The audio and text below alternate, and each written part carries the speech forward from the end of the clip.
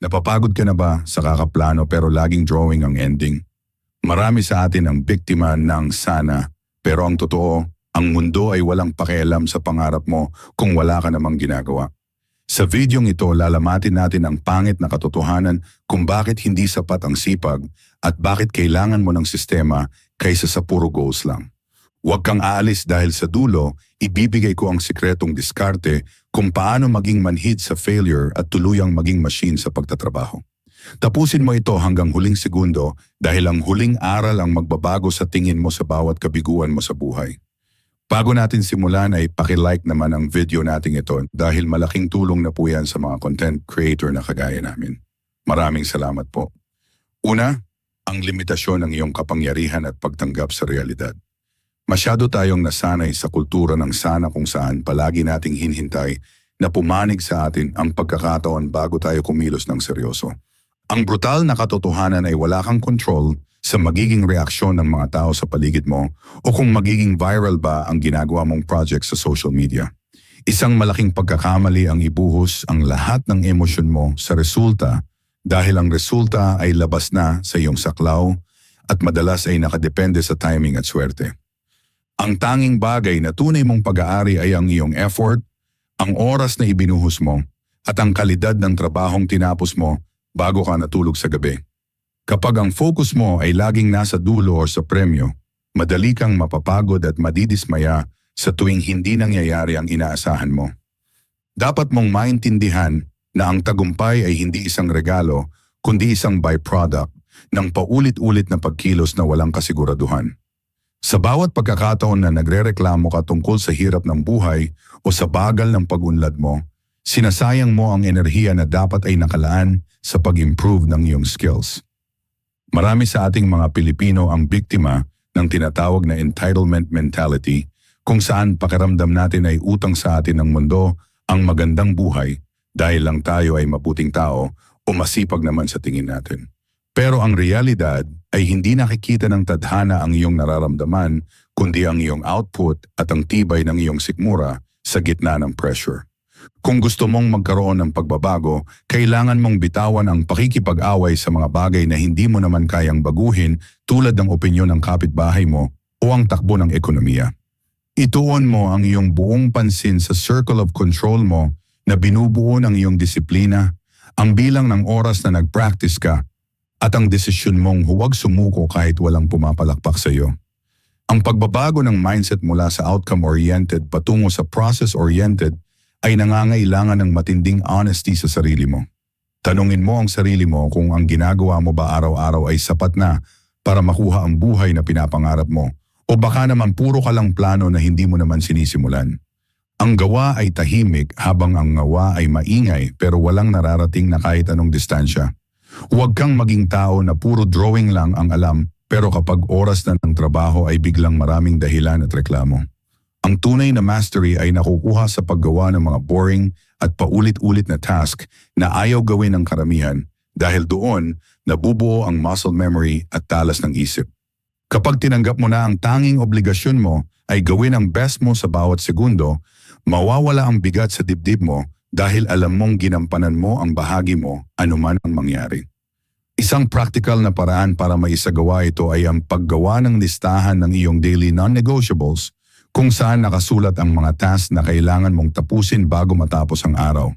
Halimbawa, kung gusto mong maging mahusay na writer, ang goal mo ay hindi dapat mag-publish ng isang bestseller na libro, kundi ang makapagsulat ng 500 words araw-araw ng walang palya. Huwag mong tignan ang kabuuan ng bundok dahil baka panghinaan ka lang ng loob, kundi tignan mo lang ang susunod na hakbang na nasa harap mo. Ang bawat maliit na aksyon ay parang paghuhulog ng barya sa alkansya kung saan hindi mo agad nararamdaman ang bigat, pero sa paglipas ng panahon ay magugulat ka na lang sa laki ng naipon mo. Ang pagiging focus sa proseso ay nagbibigay sa iyo ng kapayapaan ng isip dahil hindi ka na nababalisa sa mga bagay na mangyayari pa lang sa hinaharap. Panghuli, kailangan mong matutunang i-detach ang iyong self-worth sa iyong mga achievements o failures dahil parehong mapanlinlang ang mga ito. Kung nanalo ka ngayon, hindi ibig sabihin na magaling ka na habang buhay at kung natalo ka naman, hindi ibig sabihin na wala ka ng silbi. Ang buhay ay isang mahabang serye ng gawa kung saan ang bawat araw ay panibagong pagkakataon para patunayan ang iyong galing sa iyong sarili at hindi sa ibang tao. Ang palakpak ng iba ay panandalian lang at madalas ay nakadepende lang sa kung ano ang uso o kung ano ang nakikinabang sila. Pero ang disiplinang nakuha mo habang nagtatrabaho ka ng mag-isa ay isang kayamanan na hindi kailanman mananakaw sa iyo kahit magbago pa ang panahon. Maging matapang ka sa pagharap sa bawat araw na ang tanging baon mo ay ang iyong sipag at ang paninindigan na ang gawa mo ang magsasabi kung sino ka talaga. Pangalawa, pagbuo ng sistema kaysa sa paghabol sa mga goals. Sa madalas na pagkakataon ay naliligaw tayo dahil masyado tayong nakafocus sa dulo ng ating mga pangarap sa halip na ayusin ang mismong sasakyan na gagamitin natin patungo doon. Ang problema sa pagtutok lang sa goals ay kapag nakuha mo na ang gusto mo, ay madalas kang nawawala ng direksyon o kaya naman ay tumitigil ka na sa pag-improve dahil pakiramdam mo ay tapos na ang laban. Ang brutal na katotohanan ay ang mga winners at losers ay madalas na may parehong goals tulad ng gustong yumaman o magkaroon ng maayos na buhay, kaya hindi ang goal ang nagbibigay sa iyo ng lamang.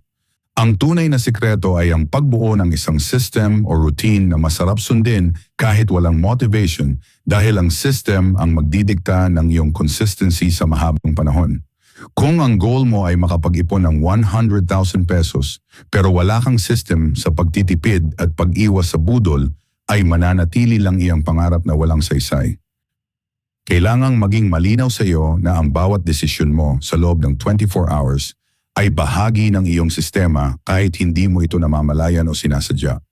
Ang mga Pinoy ay mahilig sa tinatawag na ningas kugon kung saan sa umpisa lang tayo mabilis at ganado, pero kapag lumipas na ang ilang araw ay nawawala na ang apoy ng ating determinasyon.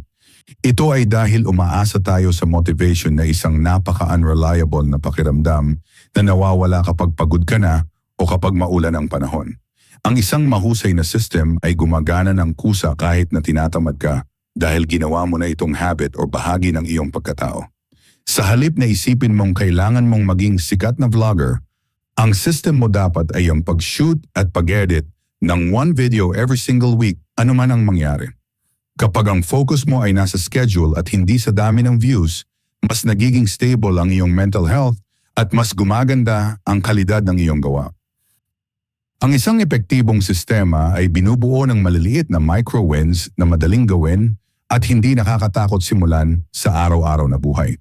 Halimbawa, kung gusto mong matutong mag-business, huwag kang tumalon agad sa malaking puhunan nang walang kaalam-alam, kundi bumuo ka muna ng system ng pagbabasa ng 30 pages ng libro tungkol sa marketing gabi-gabi. Ang layunin dito ay gawing sobrang dali ng iyong mga task para wala kang dahilan na hindi ito simulan o tapusin.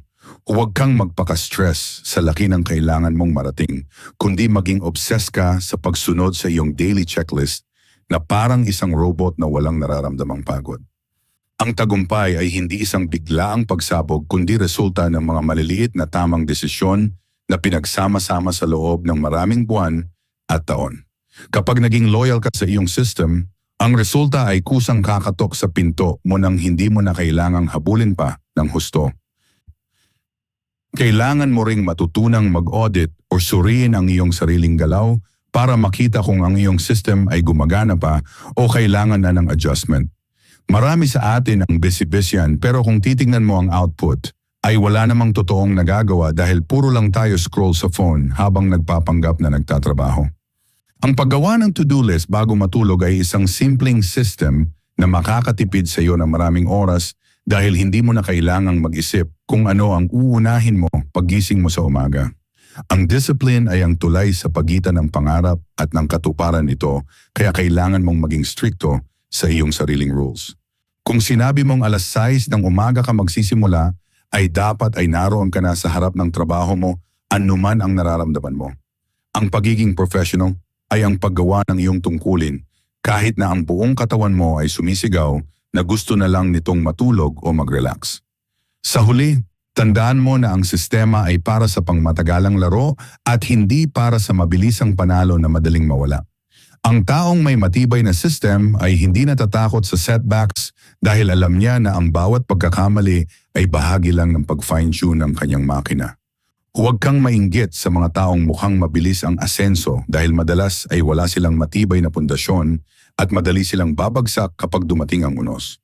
Ikaw ay bumubuo ng isang matatag na character na hinding-hindi matitibag dahil ang kumpiyansa mo ay galing sa katotohanang kaya mong kontrolin ang iyong sarili. Ang gawa na may sistema ay may patutunguhan habang ang gawa na walang plano ay mauuwi lang sa inggit at panghihinayang.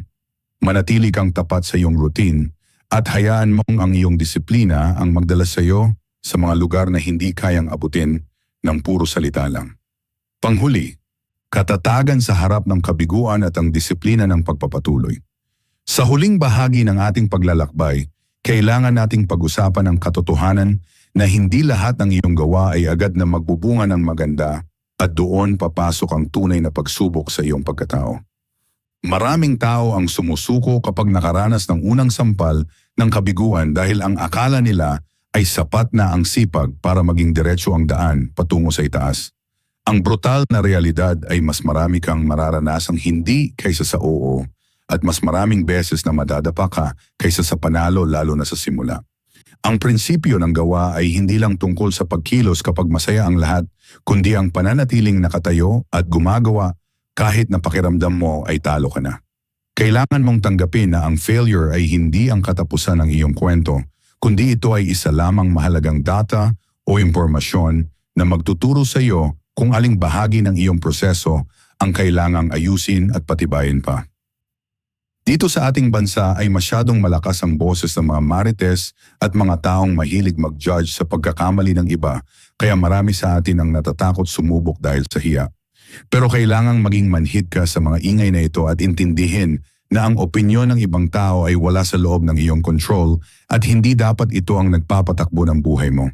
Ang isang taong may stoic work ethic ay hindi humihingi ng pahintulot sa iba bago gawin ang tama at hindi rin siya tumitigil dahil lang may bumatikos sa kanyang ginagawa. Ang iyong focus ay dapat na laging nasa susunod na hakbang o ang tinatawag nating next rep sa gym dahil ang tanging paraan para malampasan ang hiya at takot ay ang patuloy na paggawa. Huwag mong hayaan na ang ingay ng paligid ay lumunod sa boses ng iyong disiplina dahil sa huli ay ang resulta ng iyong gawa ang siyang tatahimik sa lahat ng mga nagduda sa iyo. Ang konsepto ng pagmamahal sa iyong kapalaran o amor fati ay nangangahulugan na tinatanggap mo ang lahat ng hirap at pagod bilang bahagi ng iyong training ground. Sa halip na magtanong ng bakit ito nangyayari sa akin, itanong mo sa sarili mo, paano ko ito magagamit para maging mas magaling? Ang bawat rejection sa trabaho, ang bawat lugi sa negosyo, at ang bawat pagkakamali sa desisyon ay mga kalyo sa iyong kaluluwa na magpapatigas sa iyo para sa mas malalaking laban sa hinaharap.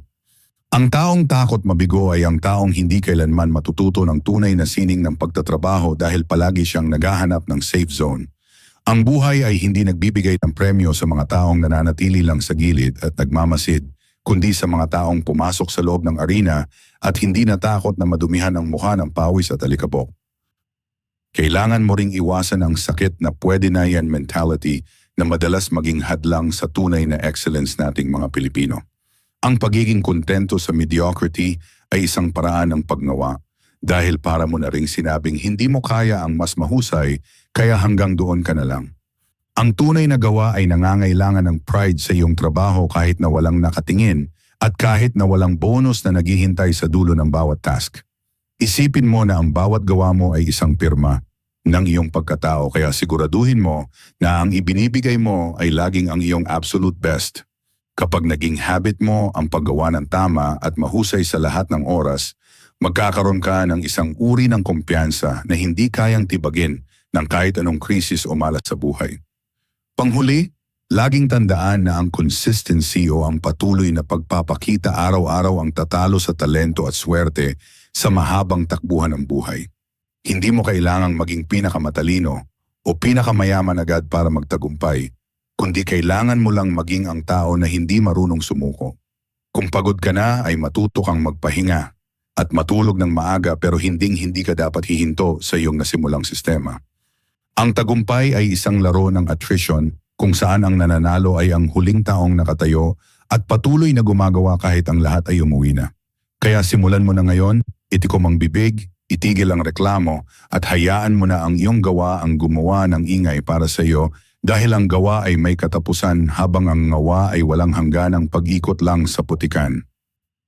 Bilang pagtatapos sa madaling salita, ang prinsipyo ng gawa, hindi ngawa, ay ang pagpili sa disiplina kaysa sa emosyon. Tandaan mo na ang palakpak ng ibang tao at ang swerte ay mga bagay na hindi mo kontrolado, kaya huwag mong hayaang doon nakadepende ang iyong saya o pagkatao. Ang tanging hawak mo ay ang iyong effort, ang iyong sistema at ang desisyon mong bumangon muli matapos ang bawat pagkakamali.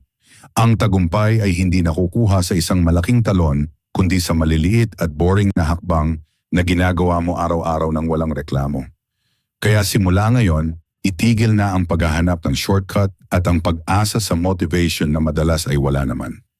Bumuo ka ng matibay na routine, maging tapat sa iyong tungkulin kahit walang nakatingin at yakapin ang hirap bilang bahagi ng iyong pagunlad. Hayaan mong ang resulta ang magsalita para sa iyo sa takdang panahon. Sa huli, ang taong tahimik na gumagawa ang siyang tunay na nagwawagi sa laro ng buhay. Gawa na, kaibigan. Paki-like ang videong ito kung nagustuhan ninyo, mag-comment sa baba kung ano ang natutunan nyo dito, at para sa mga iba pang content like this, mag-subscribe kayo sa ating YouTube